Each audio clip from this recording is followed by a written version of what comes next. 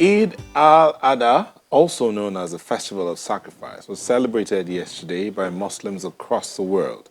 It falls on the 10th day of Dhul Hijjah, the 12th and last month of the Muslim lunar calendar.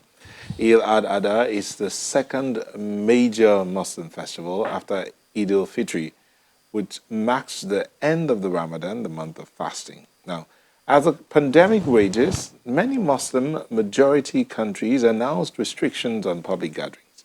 The Nigerian government also put out a set of safety protocols, after which President Muhammadu Buhari told those celebrating not to see COVID-19 guidelines as infringement on their rights. They still went ahead to celebrate, but how has it been like celebrating in the midst of the pandemic? We have here Barrister Folorunsho Alatoye, Amar Ahmadiyya Muslim Jamaat, Nigeria, joining us. Thank you very much. Also here is Sahid Timay, who is a lecturer of foreign languages, Lagos State University. Thank you for joining us. Good morning. Let me start with you, because that's considered the clergy. So let me start with you. How did you celebrate this festival? What was it like for you? Well,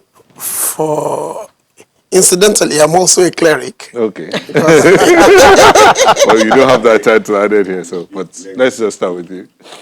Because I teach Arabic. I'm in the Department of Foreign Languages. Okay. I teach Arabic and Middle Eastern literature. That's right. Well, the COVID-19 actually redefined religious rituals, religious obligations, and as a result of that, we just accepted it because we had the Ramadan experience. You know, it was a totally different experience. And so we were actually prepared for this one because we had no formal Eid prayers in the public space. So it's still very much around. So we knew we wouldn't be having it. So that's the only thing that changed. We prayed in our homes, and believe me, from what we had during the Eid al-Fitr, this is probably more spiritually fulfilling because we were prepared for it. We had already told our people this is how we're going to do it. And it was very fine. We slaughtered our rams normally, and we still had the opportunity of distributing. Only that this time we dished the food, gave it out, other than people converging at our places to eat, you know. Okay. Barsalate, that usually during the prayers on a day like yesterday, there's usually the symbolic sacrifice of the ram, the slaughtering of the ram. That's right. That obviously didn't happen. It happened in the homes. That's right. But did that in any way change the impact or affect the way that you saw this celebration this year? I mean, taking out that public slaughtering of the lamb. Yeah, thanks very much. I think it's actually an unusual celebration, and we need to take it as such. However, in terms of reward, I don't really think there is a difference in terms of what Allah will do to reward everybody based on our intentions, based on our dispositions. And just as a doctor had said, we still celebrated. We killed the rams, and then we shared the rams. What we are not having there is that we are not having people, gathering, embracing ourselves, shaking hands, and all the rest. So we didn't have that. But the rams, the same rams were bought, and they were still sacrificed. And that's why I said in terms of reward, I think it's basically going to be the same. However, because of the impact of COVID-19, some people may not have been able to slaughter ram this year. And so that might be lesser than what it used to be. So if we look at it broadly, others might have been excluded by COVID-19. But for those who are able to kill, I think we were able to find a way around the sharing, still observing the rules of COVID-19. Doctor, in local parlance, I used to think that this was the one that was called Odunla. Yeah. But if it's Odunla and we are told that it is still second to Eid al-Fitr, how do you explain that? No, it's not really second. The thing is this. We call it Odunla because we sacrifice ram. Okay. You know, because that is Yoruba. We say it's Odunlad. That's the bigger or The big festival. big festival, Yes. because it actually draws a lot of people. You know, the festivities of Ramadan, for example, is a little bit restricted. People don't really travel to their hometowns at that time because it's more of a private thing. You fast during the month of Ramadan. You break in your home, prepare whatever is convenient. You do not have the ritual of slaughtering rams, cows, or cattle, or camel, whatever.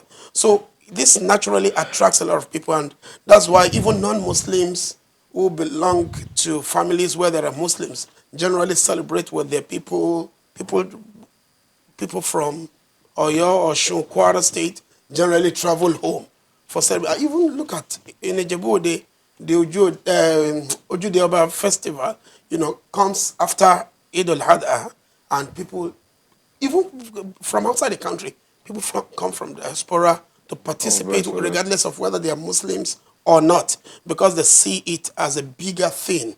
And that's probably a testimony to the nature of Eid al-Adha itself, because it is tied to the core of the Abrahamic religions, because it actually commemorates the experience of Prophet Abraham, alayhi salatu wasalam. So Muslims, Christians, Jews are connected together through Abraham. And as a result of that, it allows for a kind of an interfaith encounter among these people. So that's why it is Odunla. It's a big festival, as different from the private, the privacy that actually permits Ramadan, the Eid al-Fitr festival. When I was growing up, we heard about Eid al-Fitr and Eid al-Kabir. Yeah. When is Eid al-Kabir and what does Eid it... al-Adha is Eid al-Kabir. Actually, that's we are translating. Kabir in Arabic means big.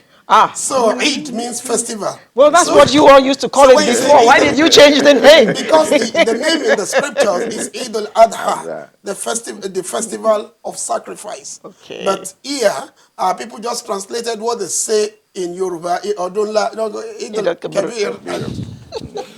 Mr. Lajwe, let's look at the significance of it. I know Dr. Timeh has mentioned it. The significance of this festival. Yeah, it's about sacrifice. How much of sacrifice are we making at this point in time? Even in the face of this pandemic. This is a period when... Oh, dear. This is a period when, and especially within this period, I know a lot of the clergy will talk to the people, the faithful, to say this is a time to sacrifice. This is a time to borrow the example set by Prophet Ibrahim and sacrifice. Be more willing to give, be more willing to lay down something. But do we see much of that in the face of all that's happening in our country, for instance? Thanks very much, for that question. I think it is a very, very, very valid question that we all need to reflect on. And actually, that was the key of my sermon yesterday, that look, we need to go beyond the theoretical discussion of the act of sacrifice.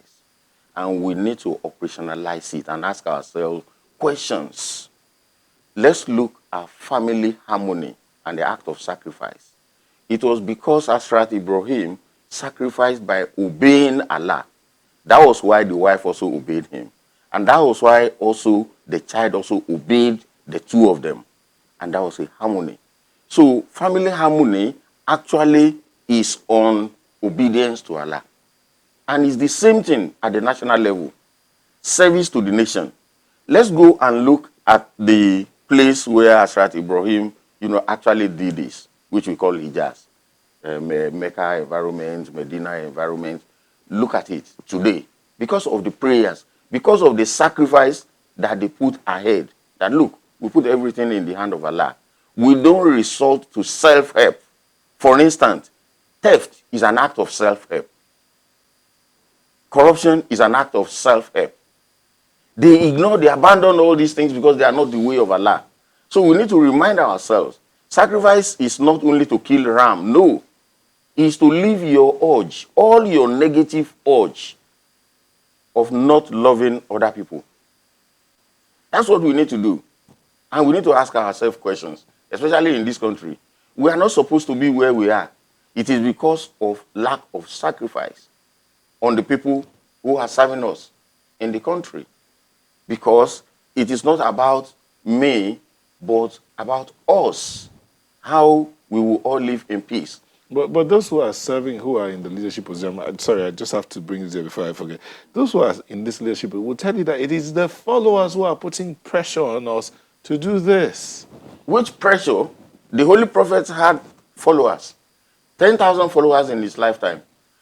Let me, with due respect and apologies, there is a difference between a leader and a boss or a manager.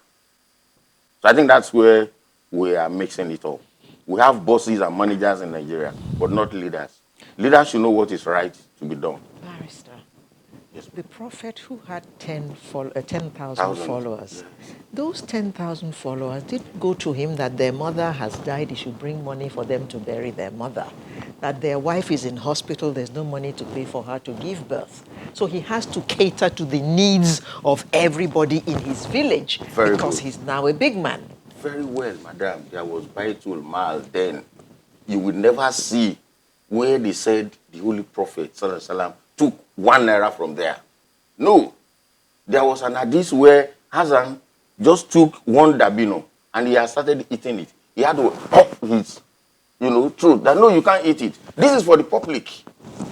All those things happened. There was nothing that is happening now that didn't happen then. And the problem is that we are not practically looking at the way the Prophet practiced it. And then we are rationalizing for the other politicians, with all due respect, or people in public offices to continue to do what they are doing. Right from flamboyancy, unreasonable spending, which didn't happen then. The resources now is a million multiples of what was there then. So if somebody died in those days, how do you celebrate it? You pray for that person for Allah to grant him paradise or her. Not that you go and start killing cows with money that is required for mending roads. We've gotten it totally wrong. And a leader must be able to know. Some people some people look at me sometimes and they say, how about you can dress, bigger. Somebody send, a message to me. Why don't you put on very big, cap and all those kind of things? I just shake my head. How does that add value to us? How does that add value to the peace of the people? I think that is where we are getting it wrong. Doctor, do you not think that the pandemic is bringing us to a realization of all what Barrister is saying? Yes, I think so. Very, very well. Let me just quickly say something before. Never mind all the revelations, allegations, and counter that we're hearing about NDDC and the Northeast Commission as well. I mean, but after all this, do you think that we are likely to become better human beings? Because this has cut all of us down to size. Well, if we want to become better, we should become better. I think it still, comes down to the kind of leadership system or structure we have in place. As he said, for example, there's a difference between a leader and a ruler or a boss or a manager. Because a leader understands that leadership comes with responsibilities. Yes. And you raised a very strong, a very powerful question. Okay, in a situation whereby I become a leader, for example, and my people start mounting pressure. It is because we have outlawed social justice. If the leader sees it as his goal to establish social justice in the society, people will not come because they will have been adequately taken care of. In fact, the Holy Prophet Muhammad SAW gave us a very beautiful allegorical explanation of the leadership responsibility in a polity. He said a group of people traveled in a ship, and the ship had an upper deck and a lower deck. Then they cast lot among themselves to decide who's going to be at the upper deck and who's going to be at the lower deck. And so after the result of the lot, some got the upper deck, some got the lower deck. By the structure of a ship, those at the lower deck are closer to the water. To the water. So the Prophet ﷺ said, So anytime those at the lower deck needed water, they would tell those at the upper deck, and they will cast their buckets into the water and draw water for them and bring it down. And he now said, if if those people at the top do not bring the water as a when due, or what they bring is not enough for those people at the lower deck, they may be tempted to say, look, why do we need to bother these people? Let's We are do it closer. ourselves. Let's, perforate this thing, create a hole there, and get the water directly. And what happens? The ship sinks. So the ship would naturally sink. The problem, I think, with our own structure, I think the problem is that we have institutionalized social injustice, and everybody is in need. So the moment my brother gets to a place, or my friend gets a political appointment, I see it as an opportunity. Okay, somebody who impregnated his wife 9 months ago, you have 9 months to prepare for your naming ceremony. But I expect my brother, who is now a councillor or a local government chairman or whatever position he occupies, I now expect him to spend on that. So, and, because I have been impoverished by the system has turned people into beggars. We have created, we have even destroyed creativity in people. Come to our universities, you know what I'm talking about. We have departments of entrepreneurial programs, and you now see non-entrepreneurs teaching entrepreneurship. You say, this man will go and read one motivational work and start talking about what he doesn't know. Because if the entrepreneurs come in there to do the teaching, they will ask to be paid, and the investor might not have the ability to pay them. No, there is a way of going about it. It's if you convince them, there are some entrepreneurs there who will come. They can just come and organize, seminars, business clinics of 2-3 days. Yeah. That's enough. That's enough because they have seen it. They have the experience. They know how to mentor people. But we just believe you must read and write exams. So people will read and write exams. At the end of the day, they are not useful for anything. It's finished. We will take a short break. We'll come back to look at how do we get our country, our people generally, out of this situation of it's my turn to chop. It's my turn to chop. And it's even in the spirit of sacrifice. We'll be back in a moment. Just stay with us.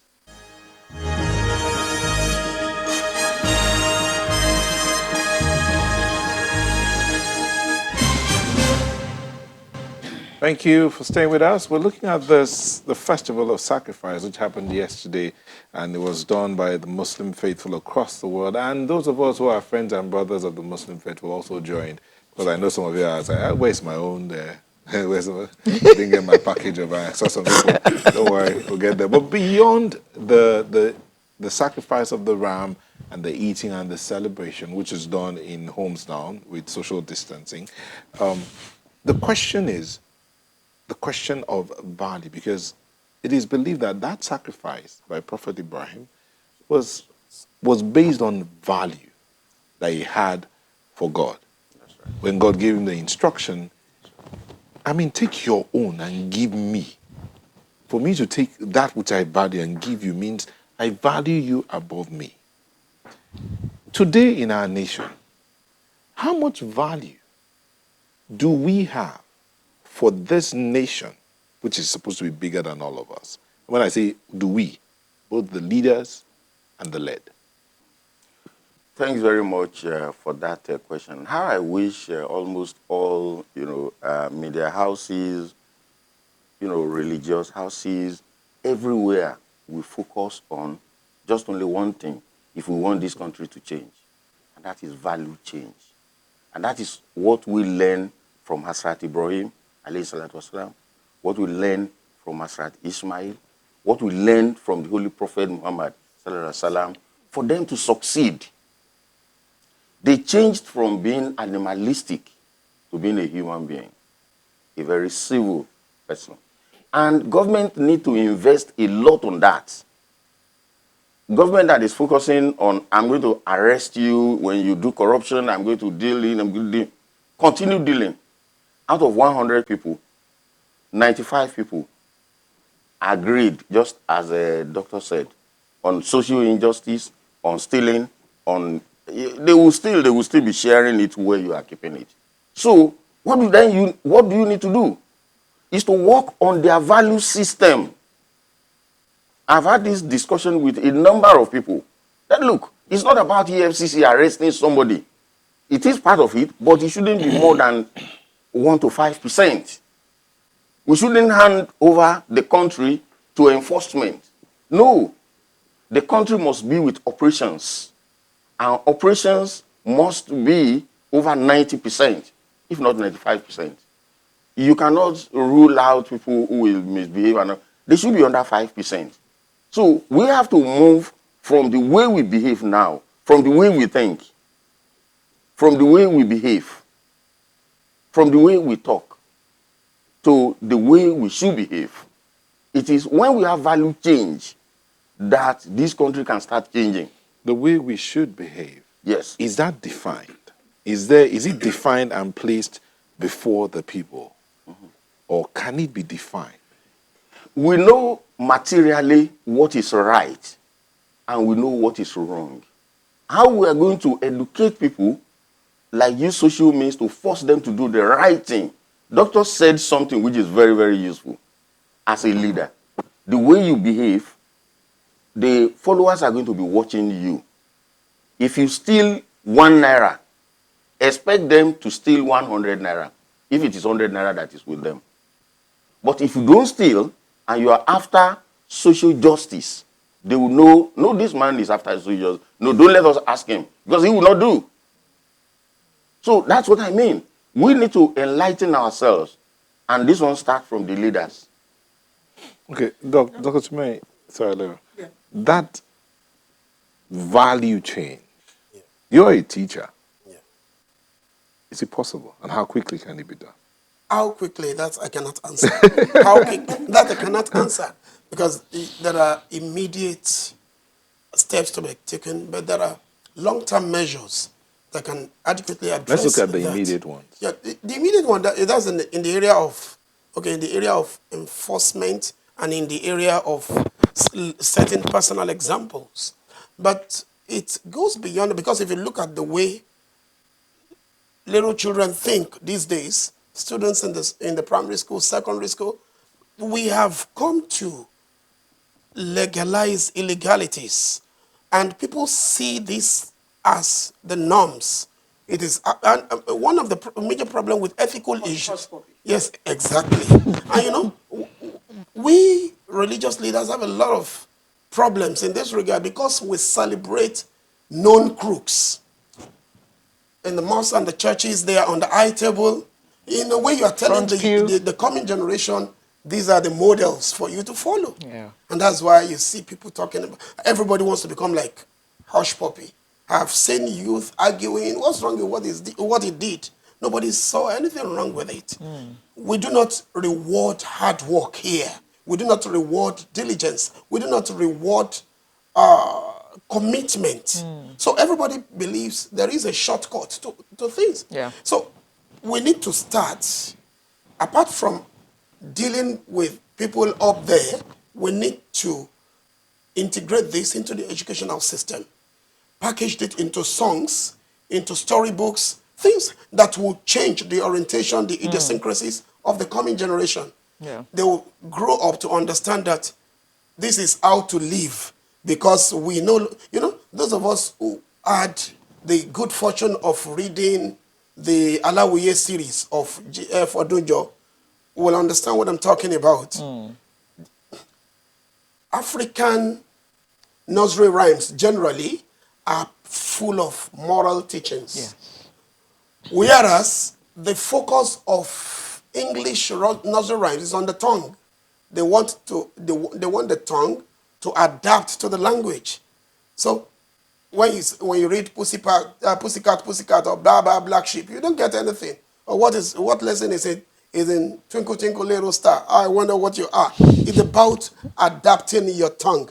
But if you have to read Ishe ni Ogunshe, Murasi Ishe Oremi, it's already, these are character molders. It's already programming you for the challenges of the future. kàkà kí n bí ẹgbàá ọ̀bùn, máa kúkú bí ọ̀kan ṣoṣo ọ̀gá. Maybe we don't learn that any longer. Our children don't learn our languages, whether it's Yoruba, Igbo, Hausa. They don't learn it any longer. And when the first marker of your identity is your language, when you lose it, you lose your essence as a human being. So it affects a lot of things. And that's the reason why the government should look into that, bring back the good books. In the name of modernity, we introduce books that are not relevant. Of no value. That are of no value. So at the end of the day, we nurture the language of the people. We do not nurture their character. Minds. And the minds. Barrister, after all said and done, there is a country in this world, not in Mars or on the moon, that has 0 to 1% crime. That's right. In this same world that we live in. That's right. I'm not saying that we should try to reach that.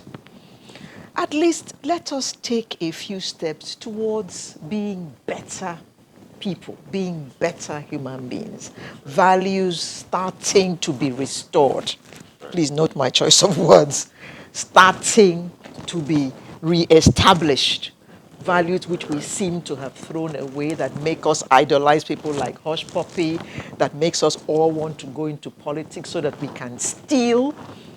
How do we begin to walk that road towards being the country that we were before? When I was growing up in this Lagos, a trader could put her wares outside her house in her tray. You would pass by, you wanted a packet of biscuit, you would take your biscuit and drop the money in the tray. She didn't have to be there. Her money was always complete at the end of the day. That is what Nigeria was. Those people were Nigerians. What happened to us? That's right. We need to get that Nigeria back. That's right. How do we start? Thank you very much, Madam. I think we need to start. We haven't started at all. The first thing is that if we think we are doing something, then the failure will continue because we are really not doing anything, in my honest view. Because what we are doing really is we are riding on the platform of unacceptable ethical behaviors. And that platform is what drives our operations, which Doctor just explained. So we have to, discuss the strategy first of how we change ourselves. Because we need to know, in Allah la yugayiru bikaumin, ata yugayiru ma bi anfusihim. God will never change a people unless they decide to change what is in their mind. Somebody told me he has lost hope in Nigeria. It's an elderly person. You can't very, lose hope. very, very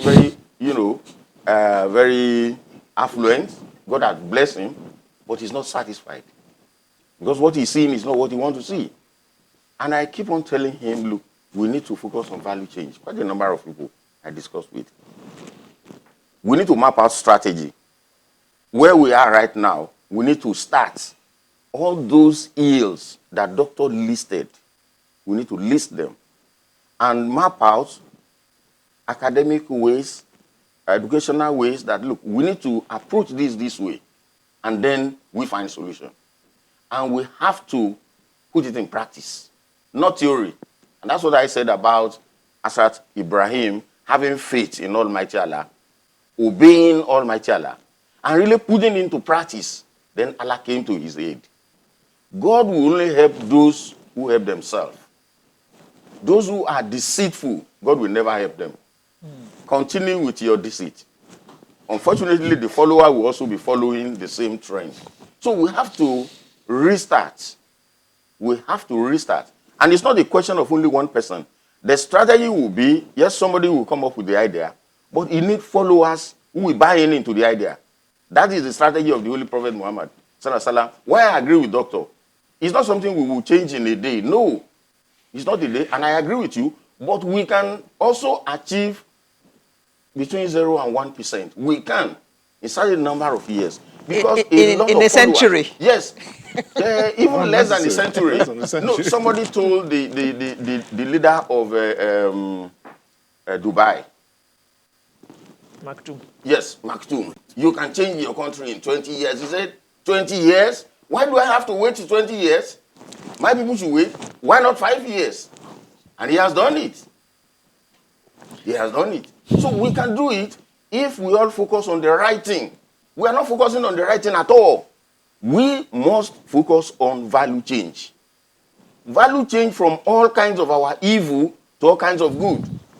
And when we do that, then things will start working. Mr. Latte, again, where do we start? Value change. Yes, you've talked. What are the things? If we could just list out a couple of these things. Because in this period, I mean, the Ramadan came, there was a period of fasting, everybody fasted, they prayed, they ended the Ramadan. The festival of sacrifices come, Thursday, Friday, there was a slaughtering of the ram, symbolized the sacrifice of Ibrahim. But now, where do we start in that value change conversation? Yes, And this should be something that can apply to everybody. Everyone. Thank you very much. You see, the foundation of it is godliness and obedience. Obedience is number one. Obedience to the will of God. What do God want? Good things. If we hear the wrong things and we think it's from God. then in that case, we should be able to distinguish. That is where our own human intellect comes in, why we are different from animals. Because when somebody tells me to do anything that is going to harm my neighbor, harm another person, I must know the person is not saying the right thing, whether he's a cleric or he's a... And then, again, when somebody mounts, pulpit, and then we are talking about, how you will do something but against other people, that will not be coming from God. So we should first of all begin from being human. Being human, exactly. Humane. Exactly. Godliness is number one, and then being human number two.